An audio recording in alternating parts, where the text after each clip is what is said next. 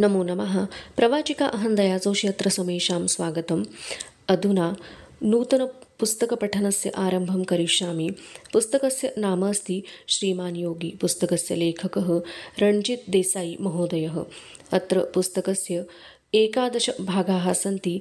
प्रत्येकस्मिन् भागे लघुलघुकथाः सन्ति। अस्तु तर्हि प्रथमस्य भागस्य अद्य आरम्भं करिष्यामि। अस्तु तर्हि कथायाः आरम्भं भविष्यति। शिवनेरी पायथ्याचे जुन्नर गाव पश्चिमेकडे झुकलेल्या सूर्याच्या तिरप्या किरणात उठून दिसत होते. जुन्नरपासून थोड्या अंतरावर असलेल्या आमराईत शहाजीराजांचे घोडदळ थांबले होते. एका डेरेदार आम्रवृक्षाखाली शहाजीराजे छोट्या संभाजीसह उभे होते. दुपार टळत येऊनही अद्याप वारा सुरू झाला नव्हता. झाडाचे पानही हलत नव्हते. रात्रीची थंडी उतरायला अजून सुरुवात झाली नव्हती. आमराईतून दिसणाऱ्या रस्त्याकडे उभयतांचे सारखे लक्ष जात होते. कोणी दृष्टीपथात येत नव्हते. वाढत्या क्षणाबरोबर शहाजीराजे अधिक अस्वस्थ होत होते. आबासाहेब, माँसाहेब आल्या, शंभूराजे म्हणाले. कुठं? मानवर करीत शहाजीराजे विचारते झाले. शंभूबाळांनी बोट केलेल्या दिशेकडे शहाजीराजांनी पाहिले. तिरप्या सूर्यकिरणात धुळीचे लोट उडवीत येणारे अश्वपथक दिसत होते. हळूहळू टापांचा आवाज स्पष्टपणे ऐकू येऊ लागला. आमराई नजीक येताच येणाऱ्या पथकाची गती मंदावली. घोडी थांबली. 3 घोडी मंद गतीने पुढे येऊ लागली. घोडदौडीने थकलेल्या जिजाबाईंच्या चेहऱ्यावर संभाजीला पाहून क्षीण हास्य उमटले. जिजाबाई दासीच्या आधाराने पायउतार झाल्या. श्रमाने सारा चेहरा लालबुंद झाला होता. नेत्र आरक्त दिसत होते. 3 मासांच्या गर्भार जिजाबाईंनी आपला घाम टिपला. पदरसावरून त्या शहाजीराजांच्या सामोरे आल्या. अशी ठाई थांबत आम्ही दौड करीत राहिलो तर तुमच्या बापाच्या हाती सापडण्यास फार वेळ लागायचा नाही, तेच सांगणार होते मी. मतलब? शहाजीराजांनी विचारले. आपण पुढं जावं आणि तुम्ही? पुढचा प्रवास झेपेल असं वाटत नाही. मग अशा आडवाटी आपल्याला टाकून? जवळच आपले व्याही विश्वासराव आहेत, त्यांच्याकडे थांबता येईल मला. आपण सुखरूप तर आम्ही सुखरूप. क्षणाच्या अवधीला सुद्धा फार मोल आहे. शहाजीराजे एकदम संतापाने उफाळले. हा आपल्या वडिलांचा प्रताप आहे, त्याला आम्ही काय करणार? जाधवांचं आणि भोसल्यांचं वैर पिढ्यानपिढ्या चालवायला आम्हीही समर्थ आहोत म्हणावं. मी काय बोलणार यात? जिजाबाई बोलून गेल्या. तुम्ही म्हणता तसं करू. तुमच्या बापाला रक्ताची लाज असेल तर तो तुम्हाला सोडून देईल अथवा पळवून नेईल. तुमचं नशीब आणि तुम्ही. आम्हाला जास्त विचार करायला आता अवसंत नाही. बोला, हे ठरलं. आपले अश्रू कष्टाने आवरून काही न बोलता जिजाबाई आपल्या घोड्याकडे वळल्या. जुन्नरला खबर गेली. शहाजीराजांचे व्याही विजयराव सिधोजी विश्वासराव खुद्द सामोरे आले. जिजाऊ आणि शहाजी यांना सन्मानाने आपल्या वाड्यात घेऊन गेले. वाड्यात बैठकीवर जाताच शहाजीराजे म्हणाले. विश्वासराव, नाईलाजानं तुम्हाला ही तकलीफ देत आहोत, त्याबद्दल आम्ही शर्मिंदे आहोत. राजे, असं बोलू नका. आपल्या कामी येण्याची संधी नशिबानं मिळाली असं आम्ही समजतो. जीवाच्या बाजीनं आम्ही राणीसाहेबांची कदर करू. तो विश्वास नसता तर आम्ही आलोच नसतो. आम्हाला आता थांबता येणार नाही. शंभूराजे, चलायचं ना, का राहणार? जिजाऊंची नजर चुकवीत शंभू म्हणाला. आम्ही येणार. शाबास, शहाजीराजे म्हणाले. थोडे दिवस बाळ राहिल्यावर आणि सर्व सुखरूपपणे पार पडल्यावर बाळाला पाठविला तर नाही का चालणार? जिजाऊ म्हणाल्या. ऐका विश्वासराव, बाळाला धोका आहे आणि आम्हाला नाही. तसं म्हटलं नाही मी, जिजाबाई गडबडीने म्हणाल्या. आम्ही शंभूराजांना नेणार. त्यांच्याकडून फार मनसुबे पार पाडायचे आहेत. राणीसाहेब, आपल्यासाठी आम्ही बाळकृष्ण हनुमंते, संक्रोजी निळकंठ, सोनोजी पंत कोरडे ही मंडळी ठेवून जात आहोत. थोडी शिबंदी देखील आहे. आम्ही स्थिर स्थावर झालो की तुम्हाला घेऊन जाऊ. तब्येतीला सांभाळा. शंभू जिजाऊंच्या पाया पडण्यासाठी वागताच जिजाऊंनी त्याला उराशी कवटाळले. शंभू बाळाने त्या मिठीतून सुटका करून घेतली. जिजाऊंना शब्द फुटत नव्हता. त्या शंभूचे रूप डोळ्यात साठवीत होत्या. डोळे भरताच तेही रूप अस्पष्ट झाले. जेव्हा डोळे पुसले तेव्हा शहाजीराजांच्या बरोबर शंभू वाड्याबाहेर पडत होता. एकदाही मागे न पाहता जिजाऊंनी उभ्या जागी डोळ्यांना पदर लावला. विश्वासरावांच्या पत्नी लक्ष्मीबाई सदरेवर येऊन जिजाऊंना हाताशी धरून आत घेऊन जात होत्या. पण आत जात असताही बाहेर उठणारा घोड्यांच्या टापांचा आवाज कान थोपवू शकत नव्हते. अधुना प्रथमस्य भागस्य द्वितीया कथा एषा. जुन्नरवर रात्र उतरली. घराघरातून समया पलोते पेटवले गेले. गावाच्या देवडीवरची दिवटी वाऱ्याने फरफरत होती. गावाच्या नजरेत नुकतीच झोप उतरत होती आणि अचानक जुन्नरच्या चारी वाटांनी घोड्यांच्या टापांचा खडखडाट उठला. सारा गाव भयचकित झाला. गावाची झोप उडाली. विश्वासराव नुकतेच जेवण करून सदरेवरच्या झोपाळ्यावर बसले होते. सदरेवरच्या भिंतीवर टांगलेली शस्त्रे पलित्यांच्या उजेडात चमकत होती. टापांचा आवाज कानांवर येताच विश्वासराव चटकन उभे राहिले. त्यांचे लक्ष दरवाजाकडे वळले आणि त्याचवेळी दरवाजातून जासूद धावत आला. घात झाला. लखुजी जाधवरावांनी सारा गाव वेढलाय. ते इकडंच येत आहेत. चांगल्या मुहूर्तावर आले म्हणत विश्वासरावांनी सदरेवरची तलवार उचलली. विश्वासरावांनी 4 पावलात दरवाजा गाठला आणि सामोरे लखुजी जाधवराव आले. लखुजींच्या हाती तळपती तलवार होती.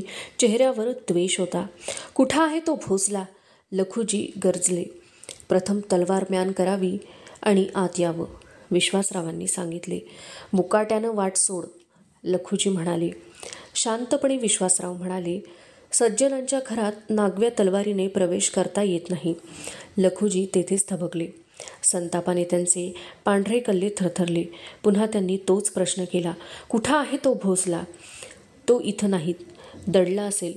दडून बसण्या इतकी भोसल्यांची कुळी अजून नामर्द झाली नाही. छद्मीपणाने हसत लखुजी म्हणाले. पळून जाण्या इतपत झालेली आहे. विश्वासरावांचा संयम सुटला. ते म्हणाले, खबरदार जाधवराव, फार ऐकलं. हे भोसल्यांच्या व्याह्यांचं घर आहे. इथं भोसल्यांचा उपमर्द ऐकला जात नाही. अर्ज करीत नाही मी, लखुजी त्वेषाने समशेर उचलीत म्हणाले. हाती समशेर आहे, हो बाजूला. क्षणात विश्वासरावांनी आपली तलवार झटकली. सरकन म्यान चौकात पडले आणि विश्वासरावांच्या हाती तलवार तळपू लागली.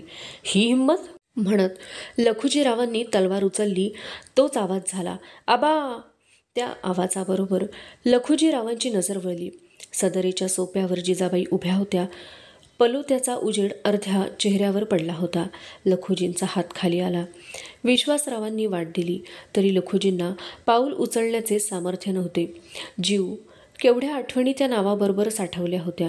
लखुजींची लाडकी लेक, जाधवरावांच्या घरची साक्षात लक्ष्मी, ही भोसल्यांच्या घरात गेली आणि जाधवांची कोण दुर्दशा उडाली. लखुजींच्या हातातील तलवार गळून पडली. भ्रमिष्ठासारखे ते पुढे सरकत असता त्यांचे ओठ पुटपुटत होते. सारे बळ एकवटून ते बोलले, जीव. आबा म्हणत जिजाबाई पायऱ्या उतरल्या आणि चौकाच्या मध्यभागी आलेल्या लखुजीरावांना त्यांनी मिठी मारली. दोघांच्या पाठीवरचे बोटे एकमेकांना समजावीत होती. उभयता सदरेवर आले. लखुजीराव सदरेच्या बैठकीवर बसले. विश्वासराव पुढे होऊन पाय शिवत म्हणाले, मामासाहेब, क्षमा करा. वा विश्वासराव, क्षमा कसली मागता? उलट तुमची तडफ पाहून आम्हाला आनंद झाला. भोसल्यांच्या मध्ये नसले तरी भोसल्यांच्या आप्तस्वकीयांमध्ये वाघ आहेत हे पाहून आम्हाला आनंद वाटतो. आपल्या बोलण्यावर खुश झालेले लखुजीराव मोकळेपणाने हसले आणि आपण एकटेच हसत आहोत याची जाणीव होऊन हसता हसता थांबले.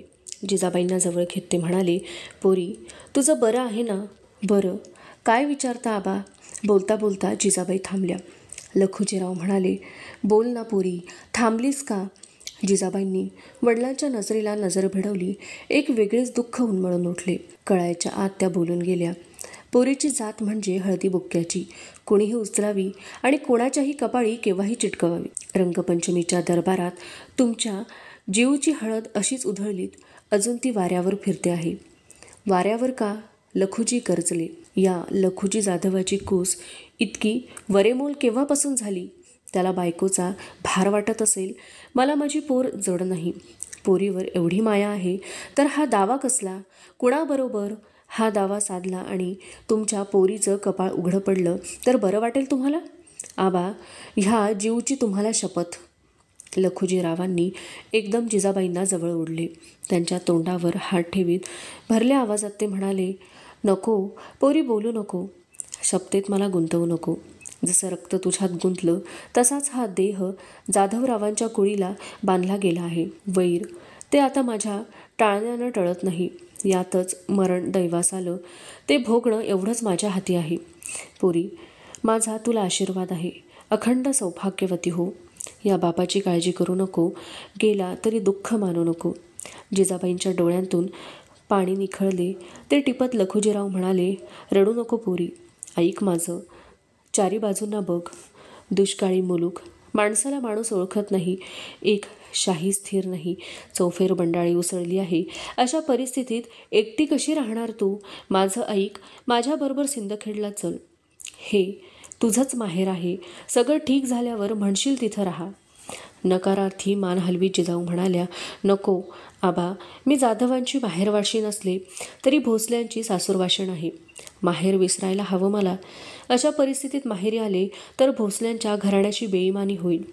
निश्वास सोडून लखुजी म्हणाले, एक कोडं सोडवायला गेलं की दुसरं पडतं. पोटची पोर तू अवघडलेली, नवऱ्यानं सोडून दिलेली, आणि हा तुझा बाप. लखुजी जाधवराव नुसतं पाहण्याखेरीज काही करू शकत नाही. असं म्हणू नका आबा. पुष्कळ करता येईल. सांग पोरी, काय करू? आबा, तुम्ही जायच्या आधी मला शिवनेरीला ठेवून चला. तिथं मला बरं वाटेल. तुला काय म्हणायचंय कळतंय मला. विश्वासराव सदरेवर आले. जी, उद्या मिळण्याची व्यवस्था करा.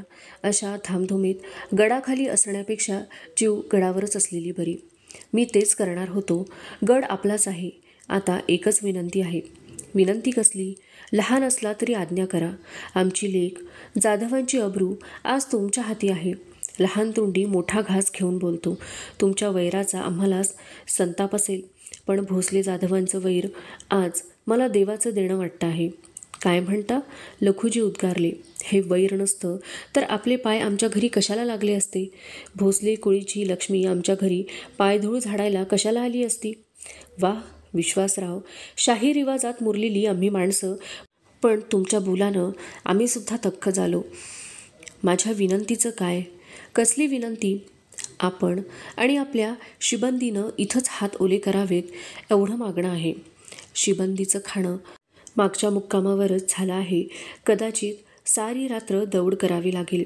या हिशेबानं आम्ही मांड ठोकली होती. आमचं वय झालं. आम्ही एक वेळ जेवतो. जनावरांची चंदी पाहिलीत तर ती व्यवस्था करूनच आलो. पण कधी नाही ते पाय घरी लागले. राणीसाहेब, तुम्ही सांगा ना. जिजाबाई संकोचाने म्हणाल्या, तुम्ही दोघेही मला थोर. आबा, ठीक आहे. विश्वासराव, रात्र झाली. फार कष्ट देऊ नका. आम्ही थोडा दूध भात घेऊ. माझघरात चांदीच्या फुल्या मारलेल्या पाट मांडला होता. चांदीच्या समया प्रज्वलित झाल्या होत्या. विश्वासरावांनी लखुजीरावांना पाटापाशी नेले. हे काय, एकच पाट? आणि तुम्ही? माझं झालं आहे आपण यायच्या आधीच. हे खरं नाही. तुम्ही पण बसा.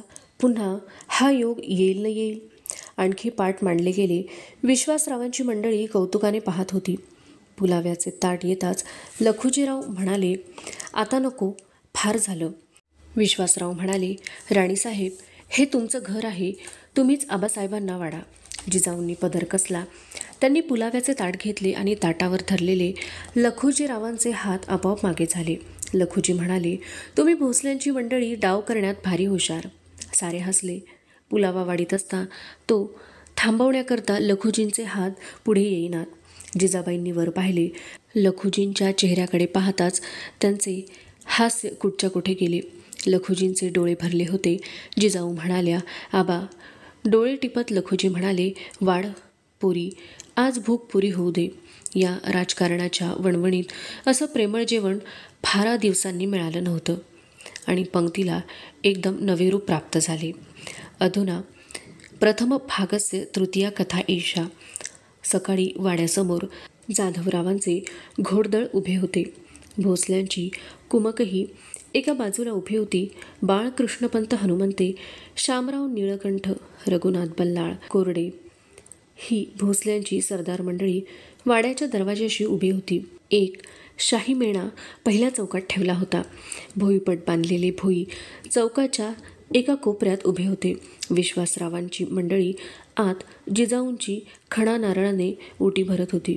भरल्या ओटीने आणि भरल्या कपाळाने जिजाऊ सदरेवर आल्या.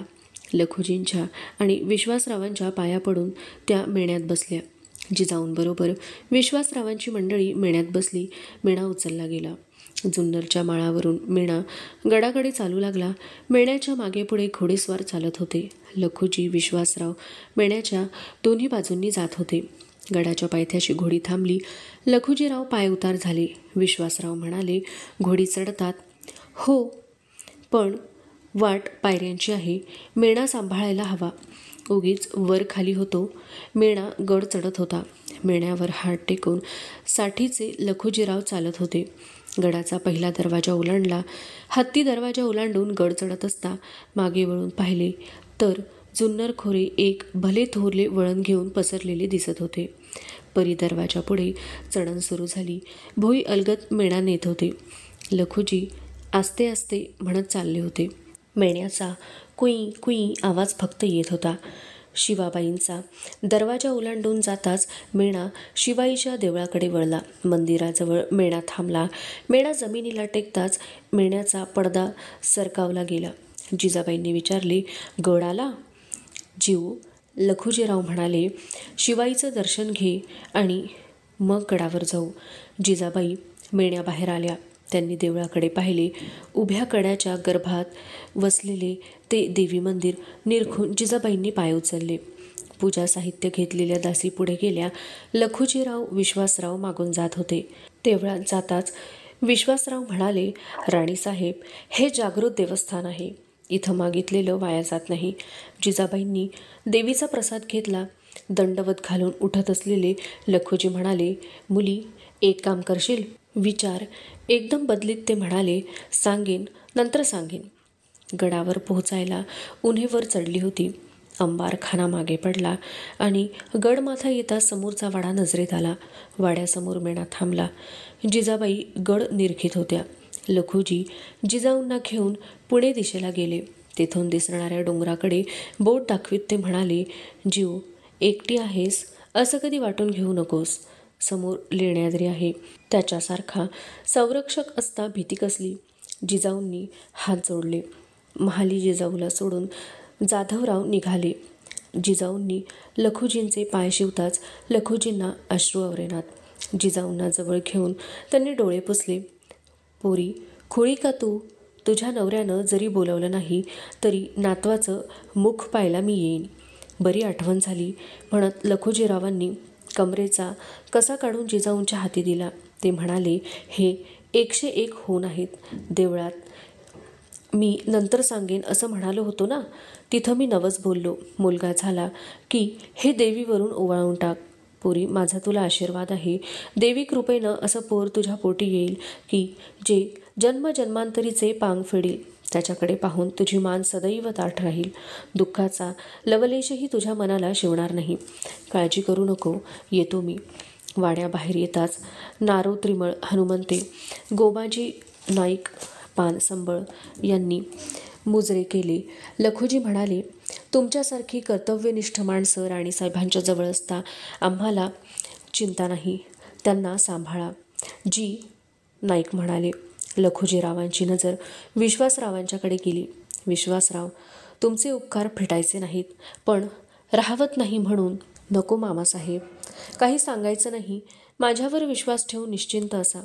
तुमच्यावर विश्वास ठेवायचा नाही तर ठेवायचा कोणावर? अडचण असली तर आमचं वैर मनात न आणता निरोप पाठवा. आम्ही गडावर हजर होऊ. रामराम. परत मुजरे झडले. विश्वासराव 4 पावले पोचवायला गेले. शिबंदीचे शिपाई गड न्याहाळीत फिरत होते. सूर्य मस्तकावर आला होता. अधुना एषा कथा अत्रैव समाप्तिंगता अवशिष्टा कथा अग्रिमे भागे पुनः पठिष्यते. अस्तु तर्हि तावन् मङ्गलं भूयात्, शुभं भूयात्. नमो नमः. धन्यवादः.